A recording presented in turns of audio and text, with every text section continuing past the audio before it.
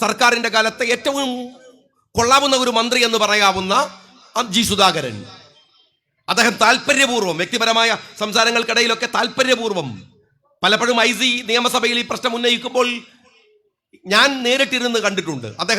അദ്ദേഹത്തോടുള്ള പേഴ്സണൽ സംസാരങ്ങളിൽ വലിയ താല്പര്യപൂർവ്വം ഇടപെട്ടിരുന്ന ഒരു മന്ത്രിയായിരുന്നു. നമ്മൾ ഇടതുപക്ഷത്തിൻ്റെ ആയതുകൊണ്ട് തള്ളി പറയേണ്ട കാര്യം ഉണ്ടായിരുന്നില്ല. പക്ഷെ മുന്നോട്ട് പോകുന്നത് അട്ടിമറിക്കപ്പെട്ടത് എങ്ങനെയാണ്? തലശ്ശേരിയിൽ നിന്ന് നേരത്തെ തന്നെ ട്രെയിൻ ഫെസിലിറ്റി ഉള്ള ഒരു പ്രദേശമാണ് തലശ്ശേരി. എന്നിട്ടും തലശ്ശേരി മൈസൂർ എന്ന് റോഡ് അല്ലെങ്കിൽ ഒരു ട്രെയിൻ മാർഗം എന്ന് പറയുന്ന ഒരു ആശയം കടന്നു വന്നതെന്നല്ല, കുത്തിക്കയറ്റിയതാണ്. അതിലേക്ക് കേരളത്തിന്റെ മുഖ്യമന്ത്രിയുടെ പ്രത്യേക ശ്രദ്ധയും പതിഞ്ഞു. തലശ്ശേരിയിൽ നിന്ന് മൈസൂരിലേക്ക് ഒരു റെയിൽവേ പാത ഉണ്ടാവുന്നത് ഒരു തെറ്റൊന്നല്ല, അത് നല്ലത് തന്നെയാണ്. പക്ഷെ നിലവിൽ പ്രോജക്റ്റ് ഉള്ള DPRന് വേണ്ടി ബജറ്റിൽ പണം കണ്ടെത്തുക, സെൻട്രൽ ഗവൺമെന്റിന്റെയും സ്റ്റേറ്റ് ഗവൺമെന്റിന്റെയും അംഗീകാരമുണ്ടായിരുന്ന വയനാട് പദ്ധതി എങ്ങനെയാണ് അട്ടിമറിക്കപ്പെട്ടത്? CPMൽ ഒരു കണ്ണൂർ ലോബി ഉണ്ടാവാം, അത് CPMന്റെ കാര്യമാണ്. കേരളത്തിന്റെ ഭരണത്തിലും ഉണ്ടാവേണ്ടത് കണ്ണൂർ ലോബിയാണോ? ആ ലോബിയുടെ പേരിലാണോ വയനാട്ടുകാർക്ക് അവകാശപ്പെടുന്ന ഒറ്റപ്പെട്ടു പോകുന്ന ഒരു ജില്ലയെ രക്ഷപ്പെടുത്തിയെടുക്കേണ്ടുന്ന ഒരു മാർഗത്തെ ഇല്ലാതെയാക്കേണ്ടത്? യഥാർത്ഥത്തിൽ ആ ഒരു താല്പര്യമാണ് ഇവിടെ വയനാട്ടിലെ സ്വപ്നങ്ങളെ അട്ടിമറിക്കപ്പെട്ടത്. അത് മാത്രമല്ല, ഞാൻ പലപ്പോഴും പറയാറുണ്ട്, ഒരു വയനാട്ടുകാരൻ എന്ന നിലയ്ക്ക് എനിക്കറിയാം, ഈ ആദിവാസി സമൂഹങ്ങൾ ഏറെ തിങ്ങിപ്പാർക്കുന്ന കേരളത്തിലെ തന്നെ ഒരു പ്രദേശമാണ് ഈ വയനാട്. സ്വതവേ വയനാട്ടിലെ ശ്രദ്ധ മറ്റു കാര്യങ്ങളിൽ ഗവൺമെന്റ് നീക്കി വെക്കുന്ന പണമെടുത്തു മാത്രം, ആദിവാസി സമൂഹത്തിന്റെ ഉയർച്ചയ്ക്ക് വേണ്ടി മാത്രം വെക്കുന്ന പണവും അറ്റൻഷനും വെച്ചാൽ വയനാട് ജില്ല പുരോഗതിയുടെ മുമ്പിലേക്ക് കുതിക്കേണ്ടുന്ന ജില്ലയാണ്. പക്ഷെ ആദിവാസി സമൂഹത്തോട്, ആദിവാസി ജനവിഭാഗത്തോട് ഒരിക്കലും നേരു കാണിക്കാത്ത, സത്യസന്ധമായ സമീപനം കാണിക്കാത്ത, അവരുടെ പ്രശ്നങ്ങൾ കേവലം വോട്ടല്ലാതെ, എനിക്കറിയാം, ഞാൻ ഈ വയനാട്ടിൽ നിന്ന് കണിയാമ്പറ്റയിൽ നിന്ന് ഒരു പഞ്ചായത്ത് മെമ്പറായിട്ട് സാമൂഹ്യ പ്രവർത്തനം, പൊതുപ്രവർത്തനം തുടങ്ങിയ ഒരാളാണ്. നിങ്ങളെപ്പോലെ എനിക്കും നന്നായിട്ട് അറിയാം കേക്ക് എവിടെ ഇരിക്കുന്നുണ്ട്. അവിടുത്തെ ആദിവാസി കോളനികൾ, അവിടങ്ങളിലൊക്കെ ഏറ്റവും വലിയ കയ്യേറ്റം നടത്തുന്നത്, വോട്ടുകൾക്ക് വേണ്ടി മാത്രം ആദിവാസി സമൂഹങ്ങളെ ഉപയോഗിക്കുന്നത്, വോട്ട് കഴിഞ്ഞാൽ അവന്റെ പ്രശ്നങ്ങളിലേക്ക് തിരിഞ്ഞു നോക്കാതെ നടന്നു പോകുന്നത് എപ്പോഴും ശീലമാക്കിയത് CPM ആണ്. ഞാൻ പലപ്പോഴും ചോദിക്കുന്ന പോലെ ചോദിക്കുകയാണ് CPMകാരോട്, നിങ്ങൾ കൈവച്ചു രക്ഷപ്പെടുത്തിയെടുത്ത ഒരു നിങ്ങൾ പറയൂ. ഈ സ്റ്റേറ്റിലെ കേരളം ഇന്ത്യയിലെ മികച്ച ഒരു സ്റ്റേറ്റ് ആണെന്ന് നമ്മൾ അവകാശപ്പെടുമ്പോൾ CPMന്റെ ആശീർവാദത്തോടെയോ CPMന്റെ ശ്രദ്ധയോ കൊണ്ടോ രക്ഷപ്പെട്ട ഒരു സമുദായമുണ്ടോ? ഏതെങ്കിലും ഒരു വിഭാഗം? ഇവിടുത്തെ മുസ്ലിം കമ്മ്യൂണിറ്റിയുടെ വളർച്ച, അവർ പുരോഗതിയിലേക്ക് കടന്നു വന്നത് ഇന്ത്യയിലെ മറ്റിതര സ്റ്റേറ്റുകളിൽ നിന്ന് വ്യത്യസ്തമാം വണ്ണം അവർ ജീവിക്കുന്നത് നിങ്ങളുടെ മിടുക്ക് കൊണ്ടെന്ന് ആരും പറയില്ലല്ലോ. കാരണം നിങ്ങൾ 35 കൊല്ലം ഭരിച്ച ബംഗാളിൽ ഇല്ലാത്തത് കേരളത്തിൽ ഉണ്ടായത് അവർക്ക് അങ്ങനെ ഒരു സംഘടിത ബോധം ഉണ്ടായിരുന്നത് കൊണ്ടാണ്. വക്കം അബ്ദുൽ ഖാദർ മൗലവി മുതൽ KM സീതി സാഹിബ് മുതൽ ആരംഭിച്ചിട്ടുള്ള ഒരു രാഷ്ട്രീയവും സാമൂഹികവുമായ ഒരു അതിജീവനമുണ്ട്. എല്ലാവർക്കും പങ്കാളിത്തമുണ്ട്. മതസംഘടനകൾക്ക്, സാമൂഹ്യ പ്രവർത്തകർക്ക്, ആ കൂട്ടത്തിൽ മുസ്ലിം ലീഗിനുമുണ്ട്. ഞങ്ങൾക്ക് അവകാശത്തോടെ പറയാം, ഈ നാട്ടിലെ ക്രിസ്തീയ സമൂഹം നേരത്തെ തന്നെ പുരോഗതി കൈവരിച്ച പ്രബുദ്ധമായ ഒരു സമൂഹമാണ്. ഈ നാട്ടിലെ ഈഴവ സമൂഹം രക്ഷപ്പെട്ടത് എങ്ങനെയാണ് നമുക്കറിയാം. മഹാനായ ശ്രീനാരായണ ഗുരുദേവന്റെ പോരാട്ട ഫലമാണ്. SNDP വഹിച്ച ഉത്തരവാദിത്തം നിസ്തുല്യമാണ്. ഈ നാട്ടിലെ നായർ സമൂഹം രക്ഷപ്പെട്ടു വന്നത് മന്നത്ത് പത്മനാഭന്റെ പോരാട്ടത്തിന്റെ ഫലമായിട്ടാണ്. ആർക്കും നിഷേധിക്കാനാവില്ല. എല്ലാ സമുദായങ്ങളും വളർന്നു വരുന്നതിൽ അവരുടെ പങ്കുണ്ട്. ഞാൻ CPMനോട് ചോദിക്കുന്നത്, നിങ്ങളുടെ പങ്കാളിത്തം കൊണ്ട് ഒരു പാർട്ടി എന്നതിലേക്ക് വോട്ട് ബാങ്കായി ഈ രാജ്യത്തെ ജനങ്ങളെ ഉപയോഗിച്ചതിന്റെ ഫലമായി നിങ്ങൾ രക്ഷപ്പെടുത്തിയെടുത്ത ഒരു സമൂഹം ഈ ആദിവാസി സമൂഹമെങ്കിലും ഉണ്ടോ? ബത്തേരയിൽ നിരവധി കച്ചവട സ്ഥാപനങ്ങളുണ്ട്, വയനാട്ടിലുണ്ട്, കേരളത്തിന്റെ ഗ്രാമപ്രദേശങ്ങളിലുണ്ട്. വിശിഷ്യ ആദിവാസി സമൂഹം മുന്നിൽ നിൽക്കുന്ന വയനാട്ടിലുണ്ട്. ഏതെങ്കിലും ഒരു ആദിവാസി സമൂഹം ഇവിടുത്തെ ബിസിനസ് രംഗത്ത് എമർജ് ചെയ്തു വന്നു എന്ന് നിങ്ങൾ കണ്ടിട്ടുണ്ടോ? വയനാട്ടിലെ വിദ്യാഭ്യാസ പ്രവർത്തനങ്ങളുണ്ട്, വിദ്യാഭ്യാസ സംരംഭകരുണ്ട്, വിദ്യാഭ്യാസ രംഗത്ത് മികച്ചു നിൽക്കുന്നവരുണ്ട്.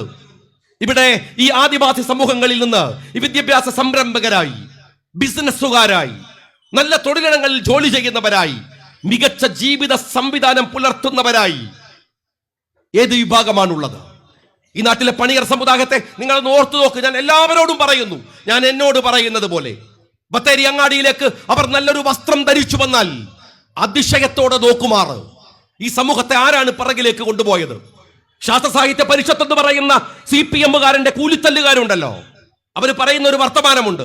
ആദിവാസികൾ അതുപോലെയാണ് കഴിയേണ്ടത്. അവർക്ക് അവരുടെ ട്രഡീഷണൽ ആയിട്ടുള്ള ഒന്നും വിട്ടുകൂടാ. അവരുടെ കൂരകൾ ഉണ്ടാവണം, അവരുടെ ഊരുകൾ ഉണ്ടാവണം, അവരുടെ വേഷമുണ്ടാവണം, അവരുടെ കാതിലെ പഴയ കടുക്കകൾ ഉണ്ടാവണം. ആദിവാസികൾക്ക് മാത്രം മതിയോ ഇത്? മലബാറിൽ ഒരു 20 കൊല്ലം മുമ്പുള്ള മാപ്പിളയെ നിങ്ങൾ എടുക്ക്. ആ മാപ്പിളയുടെ പച്ച ബെൽറ്റ്, ആ മാപ്പിള ഉടുത്ത കള്ളിമുണ്ട്, അവരുടെ ഉമ്മമാരെടുത്ത കറുത്ത കാച്ചിമുണ്ട് ഇപ്പോഴുണ്ടോ? ഇല്ലല്ലോ. മാപ്പിള മനോഹരമാണ്, ഏറ്റവും നന്നായി വസ്ത്രം ധരിക്കുന്നവനാണ് ഇവിടുത്തെ മാപ്പിള. അവന് പാൻസ് ആവാം, അവൻ ഏറ്റവും നല്ല വേഷവിധാനങ്ങളാവാം. അപ്പൊ അവർക്ക് അവരുടെ പാരമ്പര്യം സൂക്ഷിക്കേണ്ട കാര്യമില്ലേ? ഇവിടുത്തെ ക്രിസ്തീയ സമൂഹം എങ്ങനെയാണ്? നമ്മുടെ സ്കൂളുകളിൽ കളിക്കുന്ന അവരുടെ മാർഗം കളി കാണുമ്പോൾ അറിയാം എങ്ങനെയായിരുന്നു മുണ്ടെടുത്തിരുന്നത് നമ്മുടെ ക്രിസ്തീയ സഹോദരിമാര്. ചട്ടയും മുണ്ടുമാണ് അവരുടെ വേഷം. ഇവിടുത്തെ ക്രിസ്തീയ അമ്മമാരുടെ വേഷം. ഏതെങ്കിലും ഒരു ക്രിസ്തീയ അമ്മയെ നിങ്ങൾ ഈ ബത്തേരിയിൽ കാണിക്കാൻ കഴിയോ അങ്ങനെ ചട്ടയും മുണ്ടുമെടുത്ത് ഈ അങ്ങാടിയിൽ? എന്തേ? അവർ പുതിയ വേഷം സ്വീകരിച്ചു, പുതിയ മാർഗത്തിലേക്ക് വന്നു. അവർക്കാവാല്ലേ? എല്ലാവർക്കും ആവാം. എന്നിട്ടും ഈ ആദിവാസി സമൂഹത്തെ പിറകോട്ട് വലിച്ചു കൊണ്ടുപോയത്, ഇവിടുത്തെ ഈ ദളിത് സമൂഹത്തെ ഇത്രമേൽ അപകടപ്പെടുത്തിയത് ഈ പറയുന്ന വികലമായ രാഷ്ട്രീയ വീക്ഷണത്തിന്റെ ഭാഗമാണ്. വയനാട് ഈ അവസ്ഥയിൽ നിൽക്കുന്നതും ആദിവാസി സമൂഹത്തോടെങ്കിലും കാണിക്കേണ്ട മര്യാദ കാണിക്കാത്തതിന്റെ ഫലമാണ്. അതിന്റെ ഫലമാണ്. എന്തുകൊണ്ട് IC ബാലകൃഷ്ണൻ ബത്തേരിയിൽ നിന്ന് നേരത്തെ സ്വാഗതത്തിൽ ഇവിടെ പറഞ്ഞു, നിരന്തരമായി ജയിച്ചു വരുന്നു. ഈ രാജ്യത്തിലെ പാവപ്പെട്ടവരുടെ കൂടെ അവരുണ്ട്, അവരുടെ പ്രശ്നങ്ങളിലുണ്ട്, കൂടെ നിൽക്കുന്നുണ്ട്. സ്വാഭാവികമാണ്. അതുകൊണ്ട് ആ വിരോധമാണോ ബത്തേരിയിലെ ജനങ്ങളോട് തീർക്കേണ്ടത്? ആ വിരോധമാണോ ബത്തേരിയിലെ ആളുകളോട് തീർക്കേണ്ടത്? അതല്ലല്ലോ. നിരന്തരമായി അവഗണിക്കപ്പെടുക, ഏറ്റവും മിനിമം ആദിവാസി സമൂഹത്തിന്റെ കൂടെ നിൽക്കാനുള്ള മര്യാദ പോലും ഈ ഗവൺമെന്റ് കാണിക്കുന്നില്ല എന്നതാണ് ഒരുപക്ഷെ വയനാട് ഇത്രമേൽ ഒറ്റപ്പെട്ടു പോകുന്നതിന്റെ ഒരു ദുരന്തം. ഞാൻ എൻ്റെ പ്രിയപ്പെട്ട സഹോദരന്മാരോട് പറയട്ടെ, സഹോദരിമാരോട് പറയട്ടെ, അടിസ്ഥാനപരമായ പ്രശ്നം എന്താണ്? ഇത് മാത്രമല്ല, ആരായിരുന്നാലും ഒരു രാജ്യം ഭരിക്കുന്നവന് ഉണ്ടാവേണ്ടത് ഒരു വിഷണറിയാണ്, ഒരു കാഴ്ചപ്പാടാണ്. എങ്ങനെ നാട് ഭരിക്കണം, ഏതു തരത്തിൽ രാജ്യത്തെ കൊണ്ടുപോകണം, ഏതു തരത്തിൽ രാജ്യത്തെ രക്ഷപ്പെടുത്തിയെടുക്കണം, എല്ലാവർക്കും ആ ധാരണയുണ്ട്. ഇവിടെ ഭരിക്കുന്ന എല്ലാ രാഷ്ട്രീയ പാർട്ടികൾക്കും ആ പോളിസിയുണ്ട്.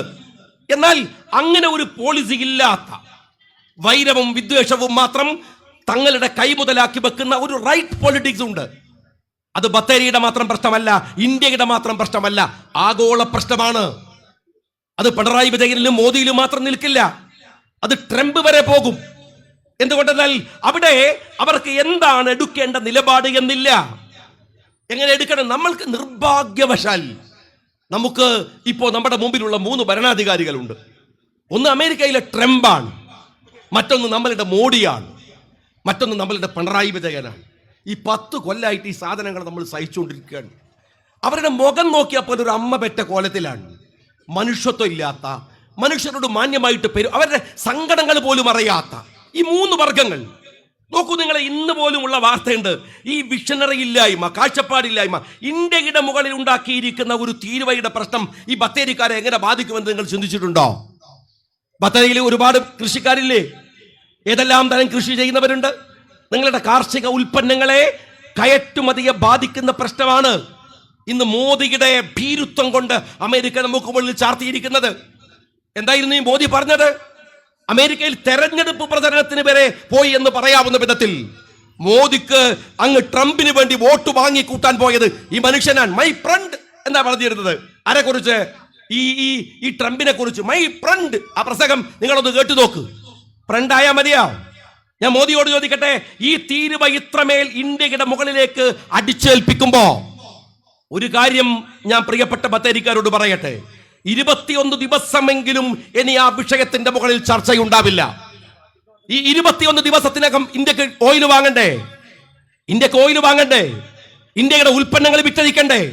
നിങ്ങൾ ഇവിടെ നിന്ന് ഉണ്ടാക്കുന്ന കൃഷി ഉൽപ്പന്നങ്ങൾ മുകളിലേക്ക് വിപണനാവശ്യാർത്ഥം പോവാത്തവണ്ണം നിങ്ങൾക്ക് എങ്ങനെയാണ് അതിന്റെ വില കിട്ടുക? എങ്ങനെയാണ് കിട്ടുക? വിപണന ഉൽപ്പന്നങ്ങൾ മാർക്കറ്റുകളിലേക്കും ലോകത്തിന്റെ വിവിധ ഭാഗങ്ങളിലേക്കും എത്തിക്കേണ്ട എനർജി, പെട്രോളിയം ഉൽപ്പന്നത്തിന് നിങ്ങൾ വിചാരിക്കുന്നതിനേക്കാൾ വില കൂടിയാൽ എങ്ങനെയാണ് നമ്മുടെ ഉൽപ്പന്നങ്ങളെ വിൽക്കാനാവുക? വിവരമില്ലായ്മ, കാഴ്ചപ്പാടില്ലായ്മ, അതിന്റെ പേരിൽ മാത്രം. ഇത് തുടങ്ങിയത് എപ്പോഴാണ്? പരിശോധിക്കേണ്ട കാര്യമല്ലേ? ഈ പഹൽഗാമില് നമുക്കറിയാം, തീവ്രവാദികൾ ഭീകരമായ ആക്രമണം നടത്തുന്നതോട് അനുബന്ധമായി പാകിസ്ഥാനുമായി ഇന്ത്യയുടെ യുദ്ധം ഉണ്ടായി. ആ യുദ്ധം അവിചാരിതമായി. ആ യുദ്ധം നിങ്ങൾ മനസ്സിലാക്കണം. എല്ലാ വിയോജിപ്പുകളും ഈ രാജ്യത്തിന്റെ കൂടെ നിൽക്കുമ്പോഴും മോദി ഈ രാജ്യത്തിന്റെ പ്രധാനമന്ത്രിയായി പാകിസ്ഥാനുമായി യുദ്ധം ചെയ്യുമ്പോൾ എല്ലാവരും കൂടെ ചേർന്ന് നിന്ന് കൊടുത്തു. ഇത് മര്യാദയാണ്. അത് നമ്മളൊക്കെ ചെയ്യേണ്ട ഉത്തരവാദിത്തമാണ്. ആര് ഭരിക്കുന്നു എന്നതല്ല, ഇത് നമ്മുടെ നാടാണ്.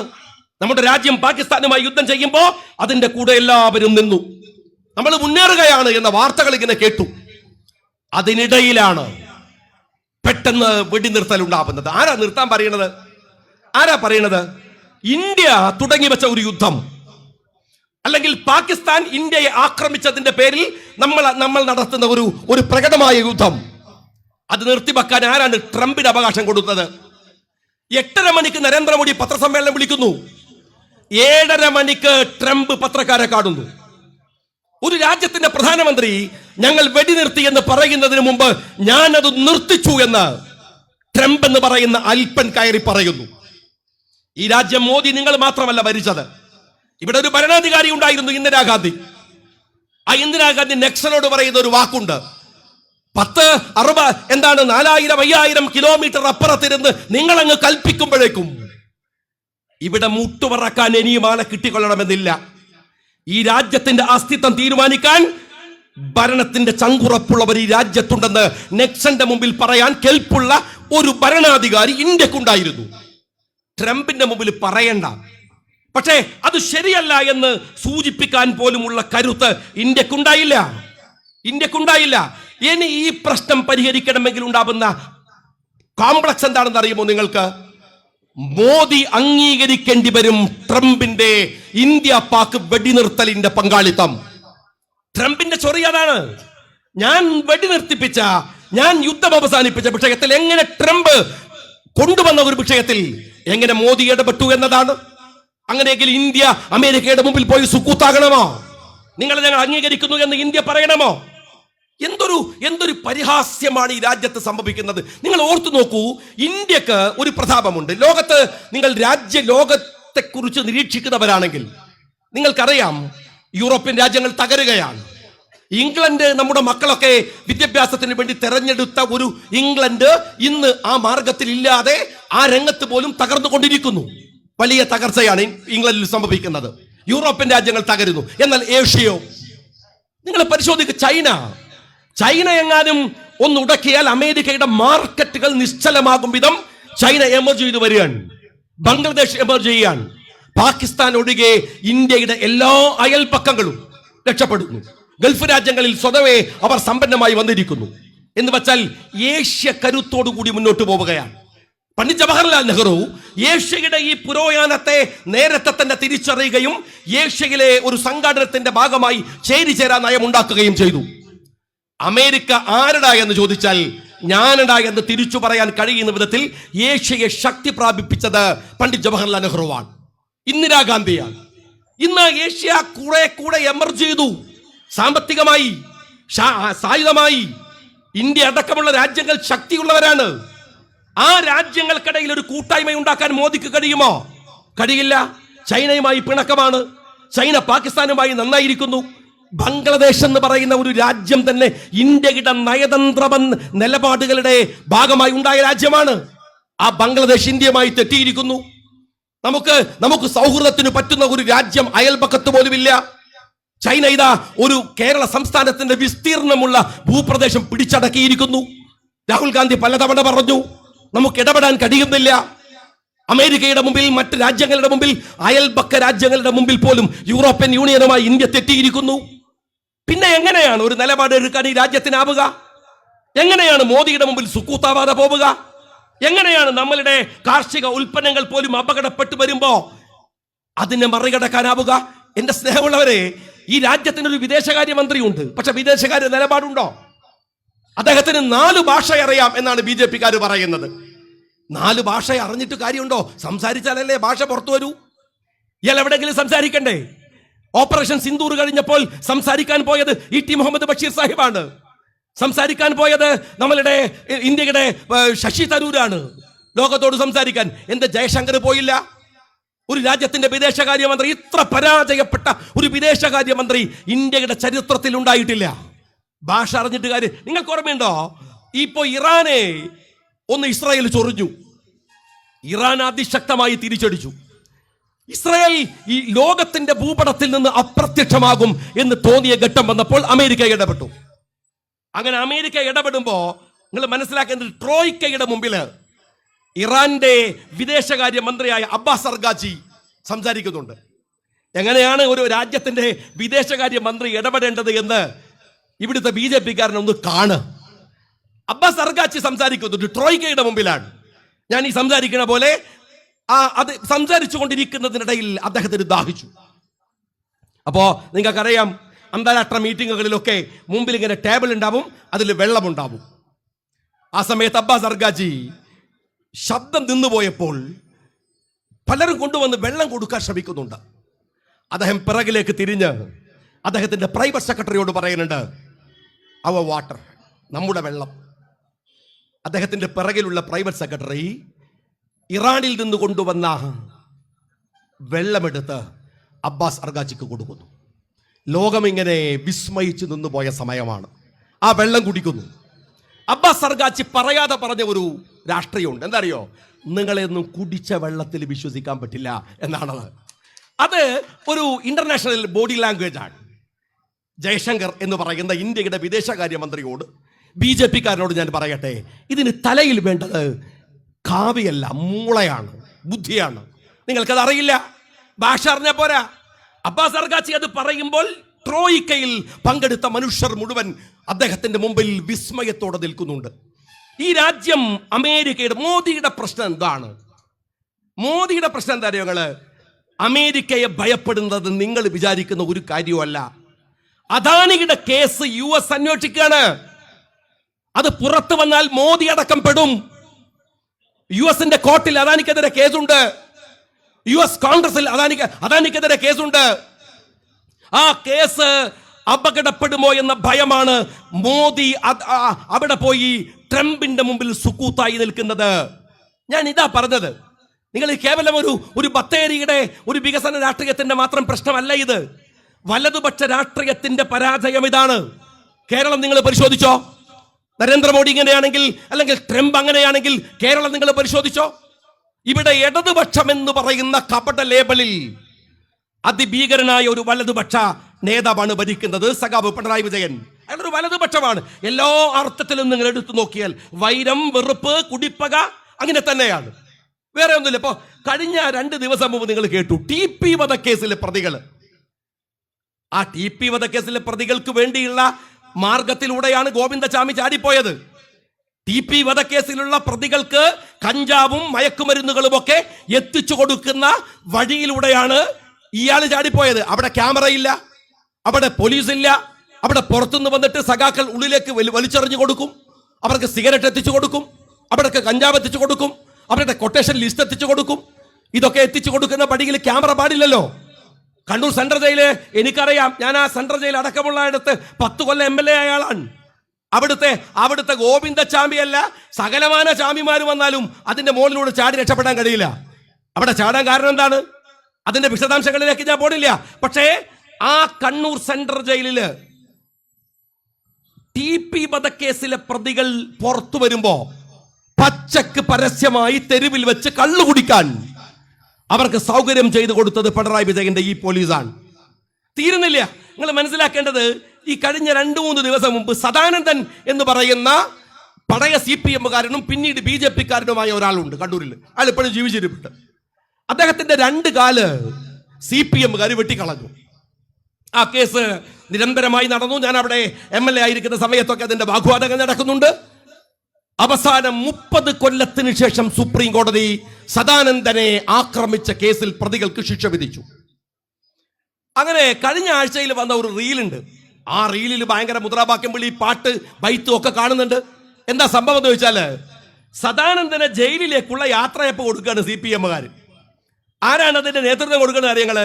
സദാനന്ദന്റെ ഈ യാത്രക്ക് നേതൃത്വം കൊടുക്കുന്നത് പഴയ ആരോഗ്യമന്ത്രിയായ ശൈലജ ടീച്ചറാണ്. എന്നിട്ട് പാട്ടൊക്കെ പാടി നിങ്ങൾ പേടിക്കണ്ട, ബേജാറാവണ്ട. നിങ്ങൾ തിരിച്ചു വരുന്നതും കത്ത് ഞങ്ങൾ ഇവിടെ തെരുവിലുണ്ട്.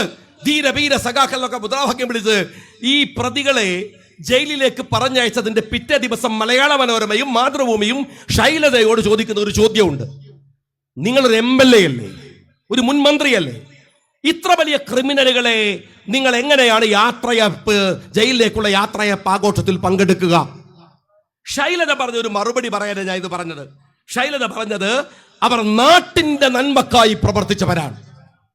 സദാനന്ദന്റെ കാല് വെട്ടുക എന്നത് നാട്ടിന്റെ നന്മയായി കരുതുന്ന ഒരു രാഷ്ട്രീയം മനസ്സിലുള്ളിടത്തോളം കാലം നിങ്ങൾക്ക് എങ്ങനെയാണ് ഈ രാജ്യത്തിലെ ആരോഗ്യത്തെ, ഈ രാജ്യത്തിലെ വിദ്യാഭ്യാസത്തെ, ഈ രാജ്യത്തിലെ മനുഷ്യരുടെ പ്രശ്നങ്ങളെ, ഈ രാജ്യത്തിലെ സാധാരണക്കാരന്റെ പ്രശ്നങ്ങളെ അഡ്രസ് ചെയ്യാനാവുക? നിങ്ങളത് പറഞ്ഞേ, ഈ നാട്ടിലെ ആരോഗ്യരംഗം എന്താണ്? പിണറായി വിജയൻ നിയമസഭയെ പറഞ്ഞൊരു കാര്യമുണ്ട്. ഒരാൾ എന്നോട് പറഞ്ഞു, ആളെ പേരൊരിക്കലും പറയില്ല, ഒരാൾ എന്നോട് പറഞ്ഞു, നിങ്ങളുടെ ഈ ഗവൺമെന്റ് ആശുപത്രികൾ കാണുമ്പോൾ എനിക്ക് പോയി അഡ്മിറ്റ് ആവാൻ തോന്നുന്നു അവിടെ, പക്ഷേ ആരെങ്കിലും എന്നെ പിശുക്കരെന്ന് വിളിച്ചാലോ അത് വെച്ചിട്ടാണ്, അല്ലെങ്കിൽ പോകായിരുന്നു താൻ. അദ്ദേഹം പറഞ്ഞൊരു ഓർമ്മ നമുക്കുണ്ടല്ലോ, ഒരു കുട്ടി അമേരിക്കയിൽ നിന്ന് ഈ അടുത്ത കാലത്ത് വന്നു. ഈ നാട് കണ്ട് അതിശയപ്പെട്ടു. ഏത് നാട്? നമ്മുടെ നാട് കണ്ടിട്ട് അമേരിക്കയിൽ നിന്ന് വന്നവന് അതിശയപ്പെടുക. എന്നിട്ട് ആ കുട്ടി പറയാണ് എന്തെല്ലാം, കാരണം ആ കുട്ടി കൊച്ചിയിലാണ് പോയത്. അവിടെ പോയപ്പോൾ എന്താ സ്ഥിതി? ഞങ്ങൾ ഒരു നില മെട്രോ, രണ്ടാമത്തെ നില ട്രെയിന്, മൂന്നാമത്തെ നില വാട്ടർ മെട്രോ, അഞ്ചാമത്തെ നില ഹെലികോപ്റ്റർ, ഇതൊക്കെ ഉണ്ടാക്കി വെച്ചിട്ടുണ്ടല്ലോ പിണറായി വിജയൻ അവിടെ. അപ്പൊ കുട്ടി അത്ഭുതപ്പെടൂലേ? ഏതോ ഒരു കുട്ടി ഞാൻ പിണറായി വിജയനോട് ചോദിക്കട്ടെ, ഇത്ര വലിയ ഗവൺമെന്റ് ആശുപത്രി ആണെങ്കിൽ നിങ്ങൾ എന്തിനാ ഈ അമേരിക്കയിലേക്ക് ഇടക്കിടക്ക് പോണത്? ഇവിടെ ചികിത്സിച്ചാൽ പോരെ? ഇനി കേരളത്തിന്റെ ആരോഗ്യമന്ത്രി എന്നെ എങ്ങനെയാ ഗവൺമെന്റ് ആശുപത്രി പെട്ടത്? നിങ്ങൾ ബോധം കെട്ടോണ്ടാണ്. ബോധന്റെ പോവില്ല, കാരണം അവരല്ലേ ആരോഗ്യമന്ത്രി, അവർക്കറിയാം ഇതിന്റെ സ്ഥിതി എന്താണെന്ന്. ബോധം കെട്ടപ്പോൾ കൂടുതലുള്ള പ്രവർത്തകന്മാർ വെഡ് കടത്തിയെന്നല്ലാതെ ഈ ആരോഗ്യമന്ത്രി പോവോ കേരളത്തിലെ ഈ നിലവിലുള്ള നിങ്ങളുടെ ഗവൺമെന്റ് ആശുപത്രിയിലേക്ക്? ഗവൺമെന്റ് ആശുപത്രിയുടെ സ്ഥിതി എന്താണ് നിങ്ങൾ മനസ്സിലാക്കേണ്ട ഒരു കാര്യമുണ്ട്.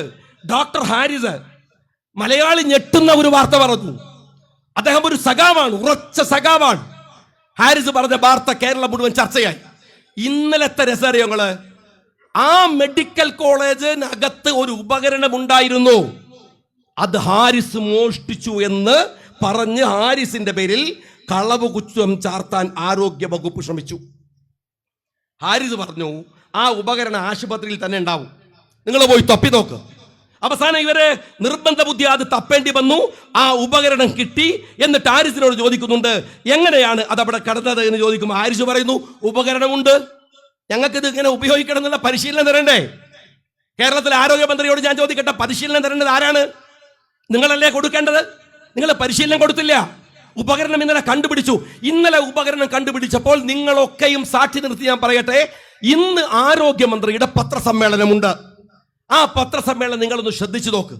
ആ പത്രസമ്മേളനത്തില് ഈ ആരോഗ്യമന്ത്രിയുടെ പത്രസമ്മേളനമല്ല, മെഡിക്കൽ കോളേജ് പ്രിൻസിപ്പലിന്റെ പത്രസമ്മേളനം. അതിനകത്ത് അയാൾ പറയുന്നുണ്ട് ഹാരിസ് ചെയ്തത് ഒരു ചെറിയ കുറ്റമാണ്, അത് ഇവിടെ തന്നെ ഉണ്ടായിരുന്നു, ഞങ്ങൾ ശ്രദ്ധിച്ചില്ല എന്ന് പറയുന്ന സമയത്ത് ഈ പ്രിൻസിപ്പളിന് ഒരു ഫോൺ വരുന്നുണ്ട്. ആ ലൈവിൽ നിങ്ങൾക്ക് കാണാം.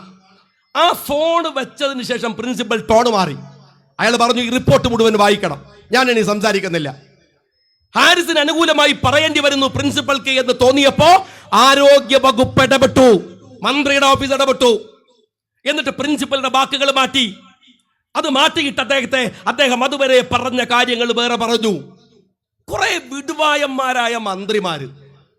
നിങ്ങൾ ഇപ്പൊ ഈ ആരോഗ്യമന്ത്രി 3 മാസം മുമ്പ് പറഞ്ഞെന്താ, ഞങ്ങൾ അംഗൻവാടിയിലെ കുട്ടികൾക്ക് ഇനി മുതൽ ബിരിയാണി കൊടുക്കും.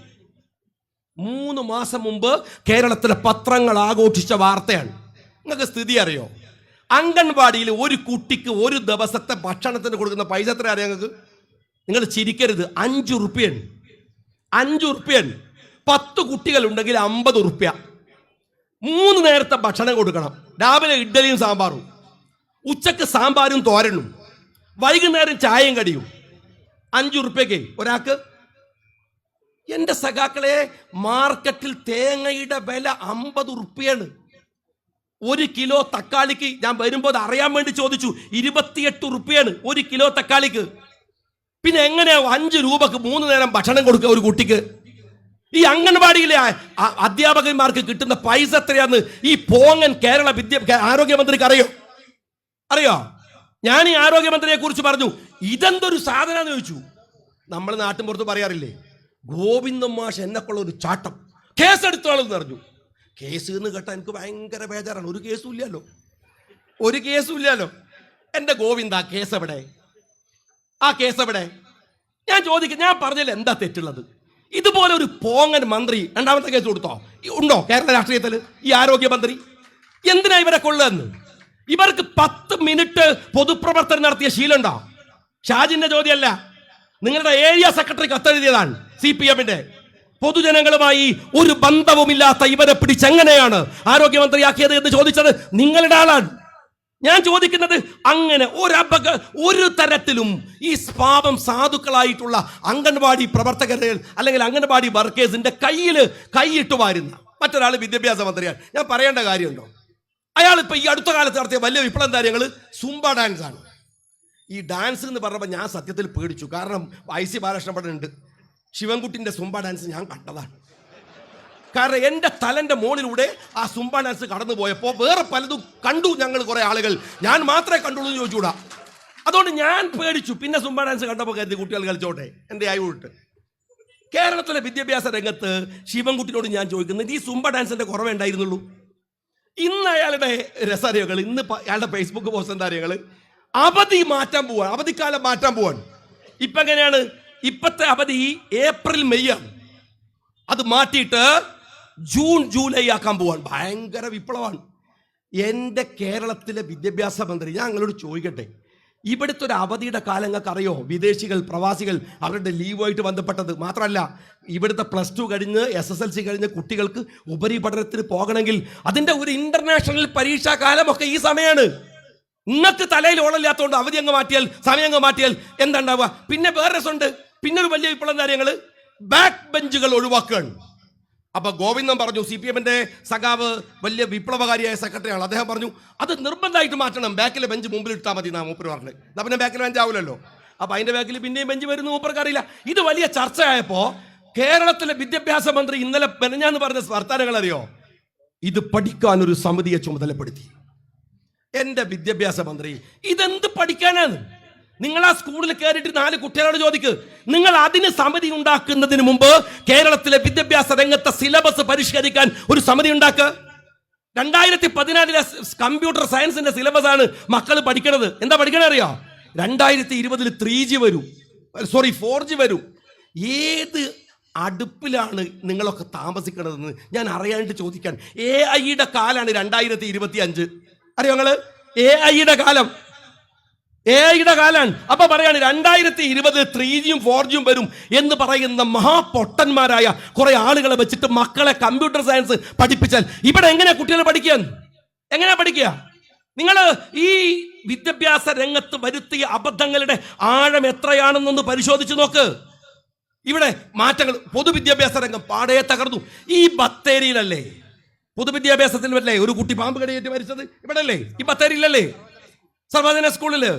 അത് കഴിഞ്ഞിട്ട് നിങ്ങൾ എന്ത് മാറ്റാൻ വരുത്തിയത്? കഴിഞ്ഞ 1 മാസം മുമ്പ് ഒരു കുട്ടി ഇതേപോലെ സ്കൂളിൽ നിന്ന് വൈദ്യുതിയാഘാതമേറ്റ് മരിച്ചുപോയില്ലേ?